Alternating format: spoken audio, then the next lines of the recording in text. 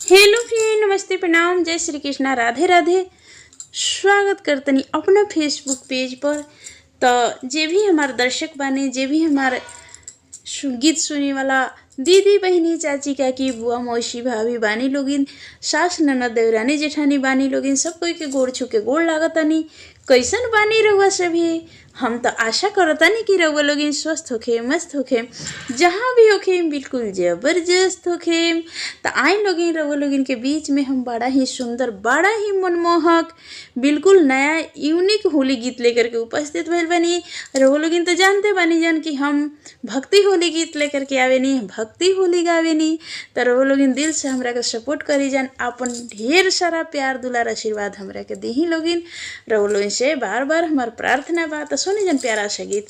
देखी लोगिन भोला जी फागुन में कैसे हुआ जानी, अगौरा मैया का कह रहल बाड़ी। सुनी जन गीत के माध्यम से। फागुन में भोला अंगुआए जाले, भांग पी के कोतही लोटाए जाले। फागुन में भोला अंगुआए जाले, भांग पी के कोतही लोटाए जाले। अरे भांग पी के कोतही लोटा जाले, भांग पी के कोतही लोटाए जाले। कोहिली गौरा बोलो में अड़ भोंगी, कोहिली गौरा बोलो में अड़ भोंगी। कि रात दिने गांजा चिलो में पियो तानी, रात दिने गांजा चिलो में पियो तानी। कोको कोला या पेप्सी के न स्वाद जाने, हो कोको कोला पेप्सी के न स्वाद जाने। भांग पी के कोतही लोटाए जाले। अरे स्प्राइट या ठंडा के ना स्वाद जाने, भांग पी के कोतही लोटाए जाले।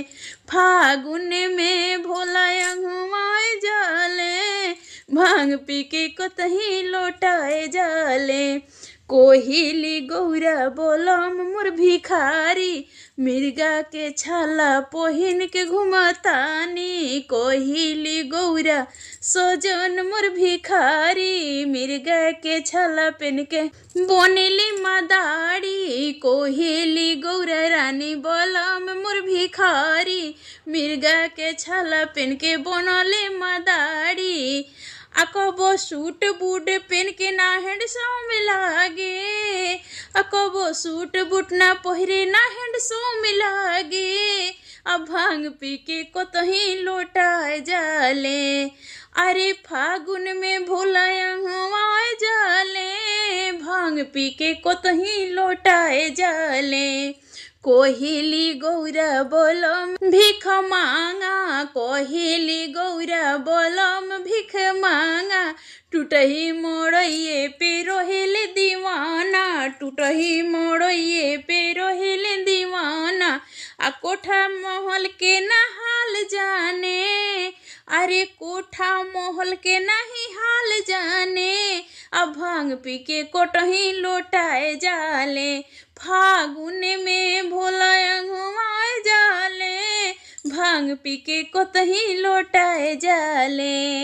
कोहिली गौरा बोलम उत्पाती, भूतवा पिचास के बनौले बड़े पार्टी। अरे कोहिली गौरा सजन उत्पाती, भूतवा पिचास के बनौले बड़े पार्टी। तो रेस्टोरेंट में ना ले जाले तरसाए देले, हो रेस्टोरेंट में ना ले जाले तरसाए देले। भोला भांग पी के कोतही लोटाए जाले। अरे भांग पी के कोतही लोटाए जाले। फागुन में भोला अंगुआए जाले, फागुन में भोला अंगुआए जाले। भांग पी के कोतही लोटाए जाले। बसहा सवारी चढ़ के वन में घूमता रे, फोर व्हीलर चढ़ के ना शॉपिंग पर जात बाड़े।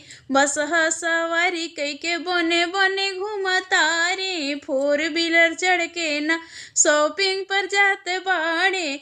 लाली चूनर खातिर तारे साय देले हो, लाली चूनर खातिर तारे साय देले।